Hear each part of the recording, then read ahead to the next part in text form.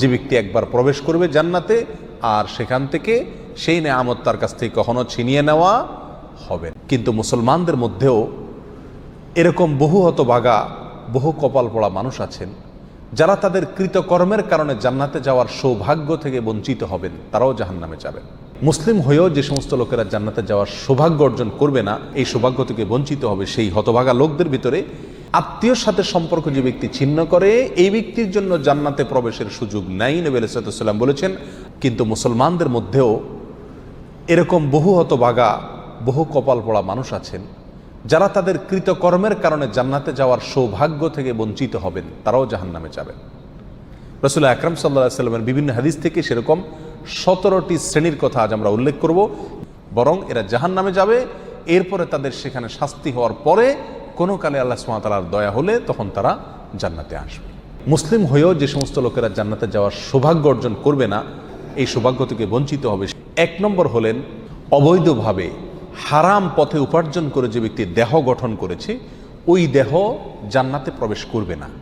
ওই দেহের জন্য জান্নাত হারাম, নো এন্ট্রি। নাম্বার 2, আত্মীয়তার সম্পর্ক ছিন্নকারী ব্যক্তি, যেই কোনো অজুহাতেই হোক না কেন, নিজের ভাইয়ের সাথে, নিজের বোনের সাথে, মায়ের সাথে, বাবার সাথে, ফুফুর সাথে, চাচার সাথে, মামুর সাথে, খালার সাথে, চাচাতো ভাই বোনের সাথে, ফুফুর সাথে সংশ্লিষ্ট যারা আছে তাদের সাথে, এক কথায় রক্ত সম্পর্কীয় যত আত্মীয় আছে তাদের সাথে কত কারণ ছাড়া তাদের সাথে আপনি সম্পর্ক ছিন্ন করলেন।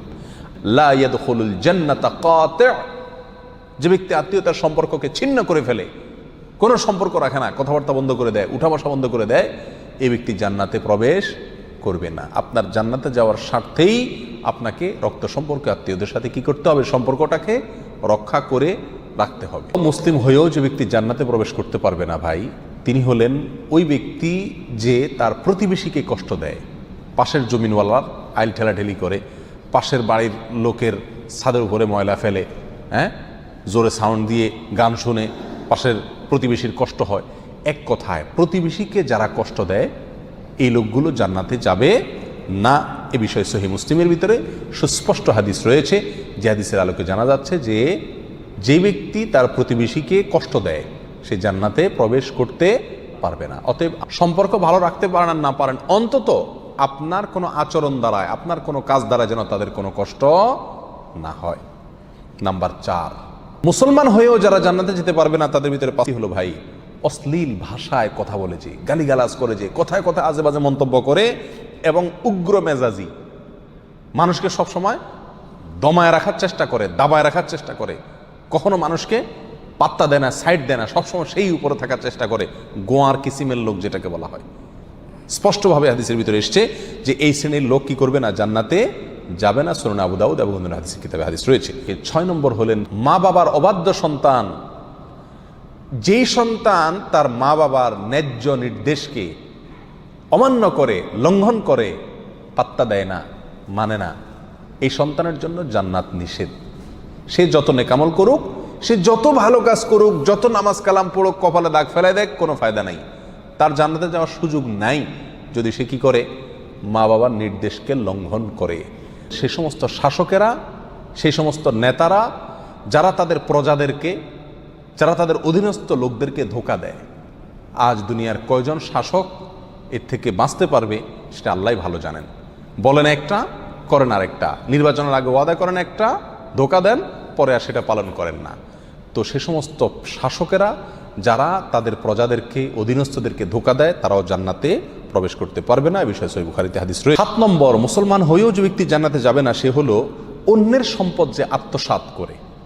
প্রথম শ্রেণীটা ছিল যে হারাম মাল ভক্ষণকারী, সেটা আল্লাহর হক নষ্ট করে হতে পারে।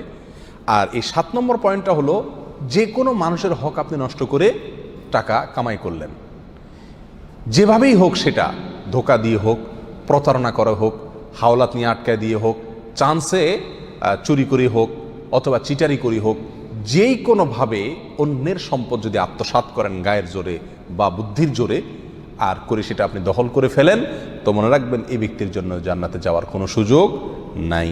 আর 8, চগলখোর ব্যক্তি ভাই, চগলখোর যে ব্যক্তি এর কথা ওর কাছে লাগায়, ওর কথা এর কাছে লাগায়, সবার কাছে ভালো থাকার চেষ্টা করে, মুনাফিক কিসিমের লোক।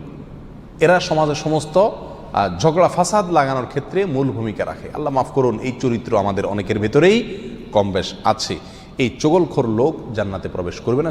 নাম্বার 9, উপকার করেও যে ব্যক্তি খোঁটা দেয়, কাউকে উপকার করছে, করে কি করে? খোঁটা দেয়, এই ব্যক্তি জান্নাতে যাবে না। মদ পানকারী ব্যক্তির কথাও আছে হাদিসে সুনান নাসাইর, যে উপকার করে কাউকে খোঁটা দিলেন, উপকার করছেন, জীবনে কোনোদিন বলতে পারবেন আমি তোমার জন্য করছি, তাহলে আল্লাহর কাছ থেকে তো বিনিময় পাবেনই না, উপরন্ত শাস্তি হিসাবে জান্নাতেও আপনার প্রবেশের সুযোগ থাকবে না। সাবধান, কারোর জন্য কিছু করেছেন জীবনে, মুখের বাহির সেটা কোনোদিন করা যাবে না। আর যদি করছেন তাহলে এই উপকার করার চাইতে না করা আপনার জন্য ভালো ছিল, কারণ না করলে আপনি কোনো গুনাহগার হতেন না, কিন্তু করার কারণে, করে খোঁটা দেওয়ার কারণে আপনি জাহান্নামী হচ্ছেন, গুনাহ করছেন। আল্লাহ তাআলা আমাদেরকে হেফাজত করুন। অন্যের পিতাকে যে নিজের পিতা বলে পরিচয় দেয়, অনেক পালক পুত্র আছে নিজের জন্মদাতা বাবাকে বাবা হিসাবে পরিচয় দেয় না, যে লালন পালন করে তাকে বাবা হিসাবে পরিচয় দেয়।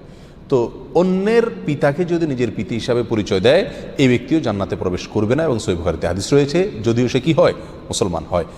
নাম্বার 11, অহংকারকারী, গর্বকারী, যে ব্যক্তি খুব অহংকার করে, দাম্ভিকতা দেখায়, অহমিকা দেখায়, প্রদর্শন করে, অথবা মনে মনে নিজেকে খুব বড় মনে করে, এই কপাল পড়া যত ভালো মানুষই হোক, সে মুসলমান হয়েও কি করতে পারবে না? জান্নাতে যেতে পারবে না। নবী আলাইহিস সালাম বলেছেন, যার অন্তরে বিন্দু পরিমাণে, সরিষার দানা পরিমাণে বা অনুপরিমাণে অহংকার আছে, এই ব্যক্তি জান্নাতে প্রবেশ করবে না।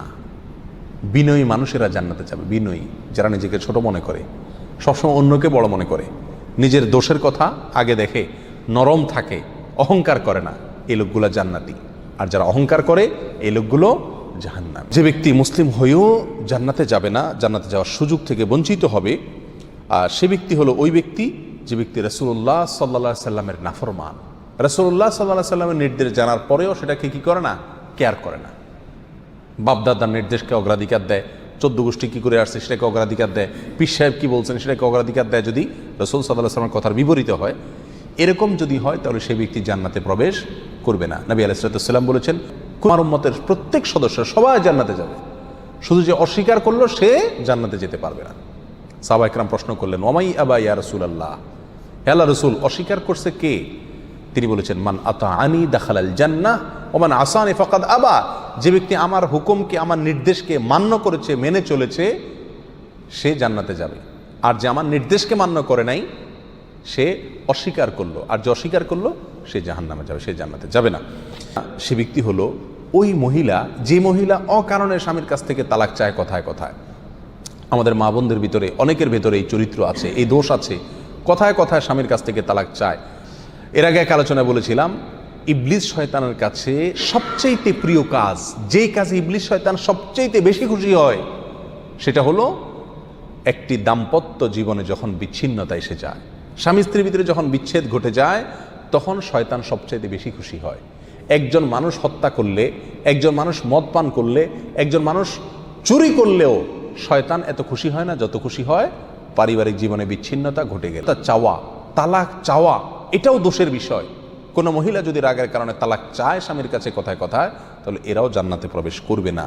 আলবার 15, যে ব্যক্তি মাথায় কালো কলব ব্যবহার করে, চুলের মধ্যে, দাড়ির মধ্যে পিওর কালো কলব, যেখানে কোনো প্রকার মেহেদি টেদির মিক্সও নাই, একেবারে পিওর কালো কলব ব্যবহার করে, এই ব্যক্তিও জান্নাতে যাবে না, সূরা নাসাইতে হাদিস রয়েছে। নাম্বার 17, ওয়ারিশকে বঞ্চিতকারী ব্যক্তি, যে ব্যক্তি তার পরিত্যক্ত সম্পত্তি থেকে তার কোনো ওয়ারিশকে কি করে? মাহরুম করে, এই ব্যক্তি জান্নাতে যাবে না। সূরা ইবনে মাজাতে এই বিষয়ে হাদিস রয়েছে। সম্মানিত ভাইয়েরা, কোনো ওয়ারিশ, আপনার কোনো সন্তান, আপনার কোনো ওয়ারিশ, সে যদি অন্যায় করে, আপনাকে শরীয়ত অধিকার দেয় নাই এটা বলে যাওয়ার যে আমি মরার পরে তাকে আমার কোনো সম্পত্তির ভাগ দিবা না, বহু মা বাপ এই কাজটি করেন। মনে রাখতে হবে, আপনার ঘরে জন্ম নেওয়ার কারণেই আল্লাহ সুবহানাহু ওয়া তাআলা অধিকার দিয়েছেন আপনার সম্পত্তিতে তার হক আপনার মৃত্যুর পরে সে পাবে। সে যদি মন্দ হয় তার হিসাব আল্লাহ নেবেন, কিন্তু আপনি তাকে পরিত্যক্ত সম্পত্তি থেকে বঞ্চিত করার অধিকার আপনাকে ইসলাম দেয় নাই। কোনো সন্তানকে তেজ্য পুত্র করা এই জন্য শরীয়তের কাছে গ্রাহ্য বিষয় নয়। ইসলামের দৃষ্টিতে তেজ্য পুত্র করার কোনো সুযোগ যতক্ষণ পর্যন্ত মুসলিম থাকবে ততক্ষণ পর্যন্ত পরিত্যক্ত সম্পত্তি তা কী করা যাবে না, বঞ্চিত করা যাবে না। যদি কেউ করে তাহলে সে কী হবে না, জান্নাতে প্রবেশ করতে পারবে না। এরা মুসলিম হয়েও কি করতে পারবে না ভাই, জান্নাতে যেতে পারবে না।